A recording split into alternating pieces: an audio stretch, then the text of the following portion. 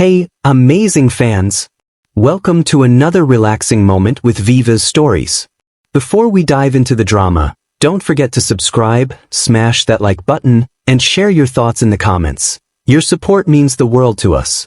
Now, grab a seat, sit back, relax, and let's journey into the story together. The sun beat down on the bustling Oja market. The air was thick with the smell of roasted maize, smoked fish, and palm wine.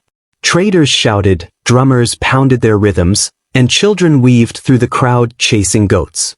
Oba, a poor yam farmer with calloused hands, walked among the stalls.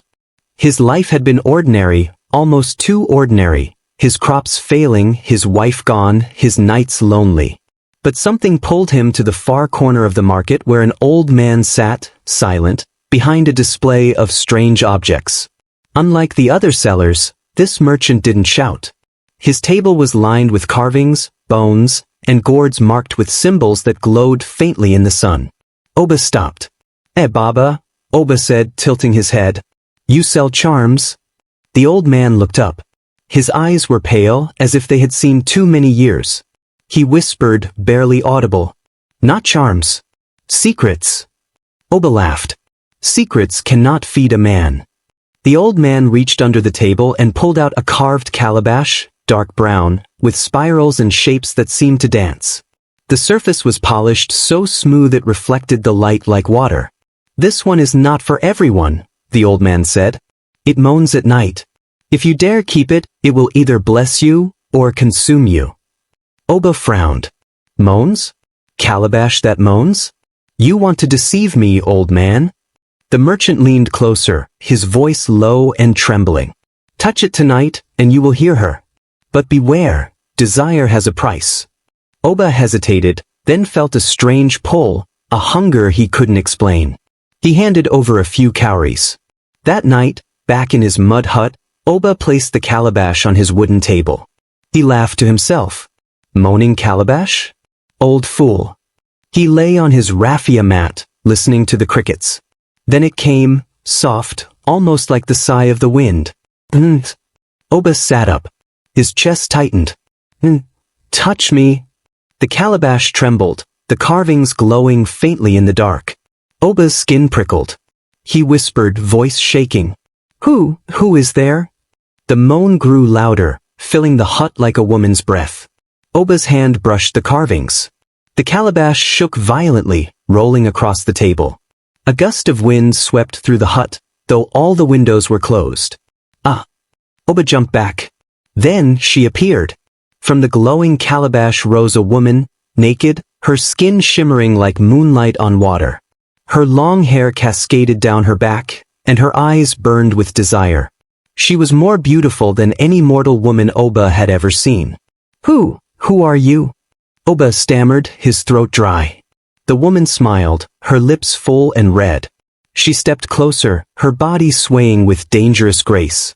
I am Abeni, trapped for centuries in this calabash. You touched me, Oba. You have freed me, for tonight. Before Oba could move, she pressed her lips to his. The kiss burned like fire and melted into sweetness. His legs grew weak, his body trembling. He tried to pull away, but she wrapped her arms around him, pulling him to the mat.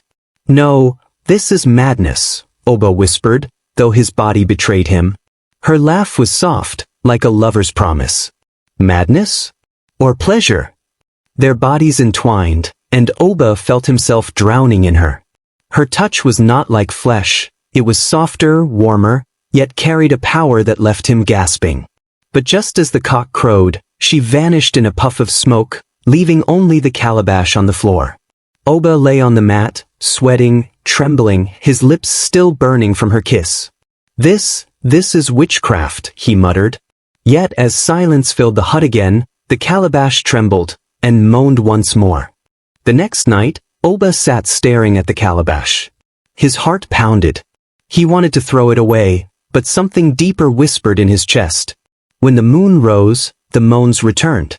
The voice was clearer now. Oba, come to me. He grabbed the calabash. Why me? Why have you come to me? The spirit's form emerged again, more solid this time. Abeni's body glowed as she knelt before him. You freed me, she said softly. But freedom is not simple. I can only be released forever if you feed me night after night until the full moon. Feed you? With what? Oba asked nervously. Abeni leaned forward, whispering in his ear. With your body. With your desire. Give me all of you, and I will give you everything you've ever wanted. Oba trembled. And if I refuse? Her eyes darkened. Then I return to my prison, and you will never feel me again. But Oba, I can make you strong, wealthy, loved. I can make kings bow before you. Oba's breath grew shallow. He thought of his poverty, his loneliness, the empty nights. Slowly he reached for her hand. From that night he was hers. Each night their union grew wilder, Oba losing himself in her touch. But the more he gave, the weaker he felt. His neighbors began whispering, Oba's eyes sunken, his body lean, yet strange sounds escaped his hut at midnight. An old elder shook his head. When spirits give, they also take. Oba is playing with fire. But Oba ignored the warnings.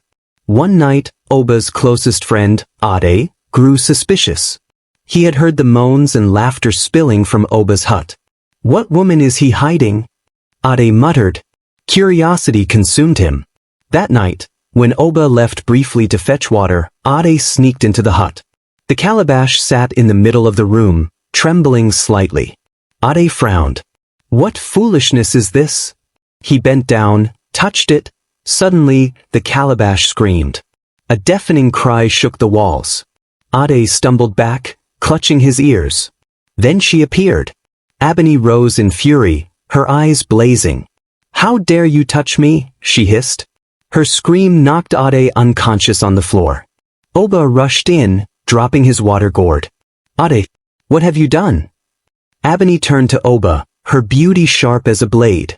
He touched me, Oba. He tried to steal me. You are mine, mine alone. If another man dares touch me again, I will curse this entire village. Oba fell to his knees, terrified. Forgive him, please. He meant no harm. But Abeni vanished, leaving only the trembling calabash and the faint scent of smoke. By morning, Ade awoke pale and weak. Word spread quickly, something evil lived in Oba's hut. The village priest, a tall man with white chalk markings across his face, came to Oba. Son, tell me what you have done. Oba shook his head, sweating. It is nothing, father. Just a calabash I bought. The priest's eyes narrowed. A calabash? Describe it. Reluctantly, Oba explained the moans, the woman, the nights of passion. The priest's face darkened with every word. You fool, the priest said harshly. That calabash is cursed. Long ago, there was a sorceress named Abeni. She seduced kings, destroyed villages with her lust. When the people rose against her, she was bound into a calabash to silence her forever. Oba staggered back. Sorceress? No, she is a woman. She loves me. The priest's voice thundered. She feeds on you.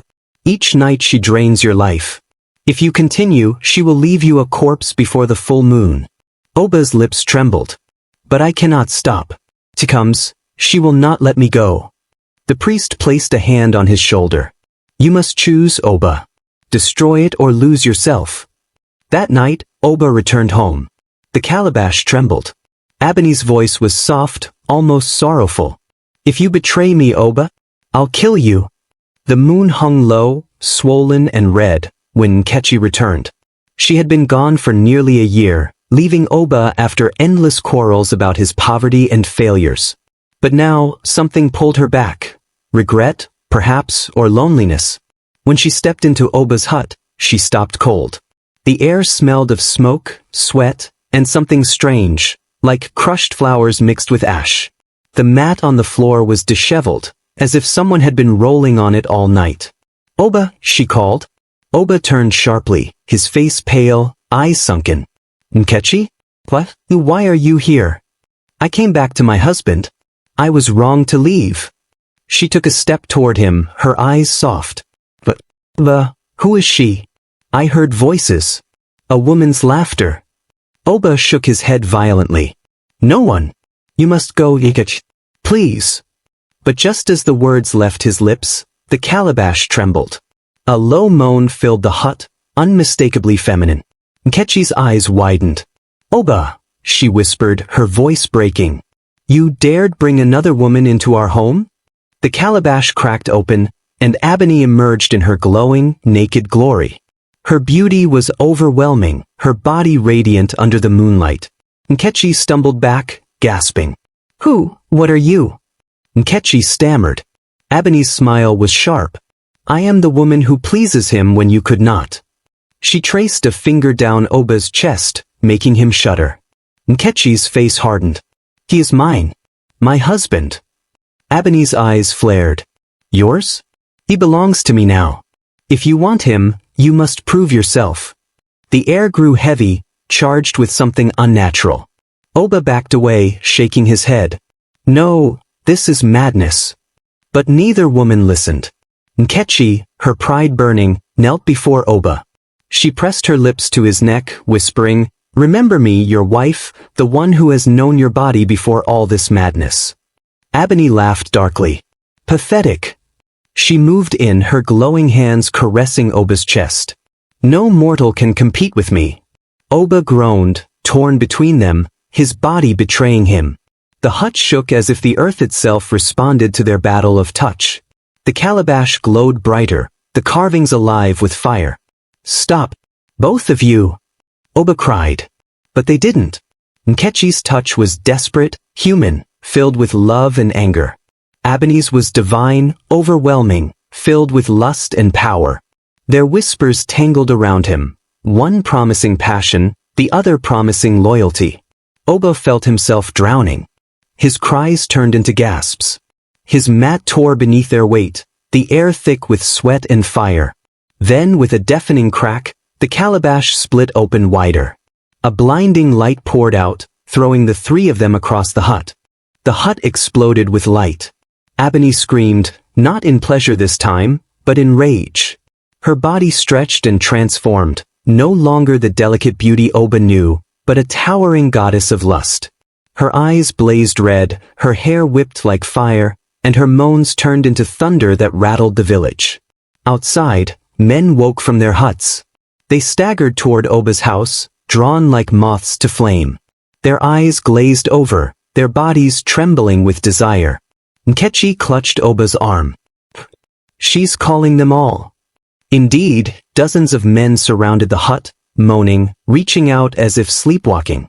Abeni stood tall, laughing. "For centuries I have been denied. Tonight, the whole village will taste me." The priest arrived, his staff glowing with white chalk and cowries. He raised it high, chanting incantations. "Oba, this is beyond you now. Only a sacrifice can end this." Oba staggered forward. "What sacrifice?" The priest's eyes burned. "The calabash must be destroyed, but only by the one she has claimed. Only you can end her." Abeni turned her fiery gaze to Oba, her voice soft again. "Don't listen. I can make you king. Every woman will kneel before you, every man will fear you. Choose me, and the world will be yours." The night was heavy with silence, broken only by the low hum of Abeni's voice and the chants of the priest. "Oba," Abeni whispered, her eyes glowing like coals. "Stay with me tonight, under the full moon. Give yourself to me completely.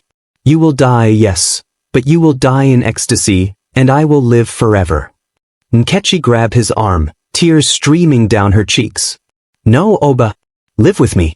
Live as a man, not a slave to a spirit." The priest struck his staff into the ground. "Choose. If you touch her tonight, your soul will be hers for eternity." Oba's heart raced.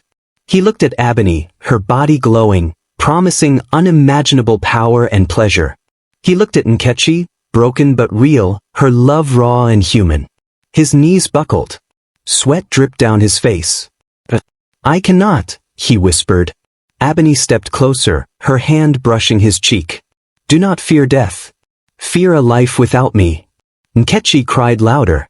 "Fear a life without yourself, Oba. She will destroy you." The moon reached its highest point. Abeni opened her arms. "Come to me, Oba. Come, and let us be one forever." Oba opened his eyes, fire in his gaze. He kissed Abeni one last time, fierce, desperate, as if tasting both heaven and hell. She moaned, triumphant. But in the same instant, Oba tore himself away and grabbed the calabash. With a scream, he smashed it against the ground. The calabash shattered into 1,000 glowing shards. Abeni screamed, a scream that was both pleasure and pain, her body convulsing, breaking apart into smoke and flame. "Nu!" she cried, her voice echoing across the village. "Oba, you were mine." Her form dissolved into ashes, her moan stretching until it faded into silence. The men outside collapsed, freed from her spell. Nkechi rushed to Oba, holding him as he fell to the floor. His body was weak, but his chest still rose and fell. "You chose me," she whispered, tears falling on his face. The priest entered, looking grave. "He lives, but he will never be the same. Desire leaves scars no man can wash away." As dawn broke, silence filled the village. But then, from the broken shards of the calabash, came a faint sound. Oba's eyes snapped open, terror in them. The moan lingered, soft but alive. Thank you for watching. Make sure you like and subscribe. Don't forget to turn on the notification bell for newly created content.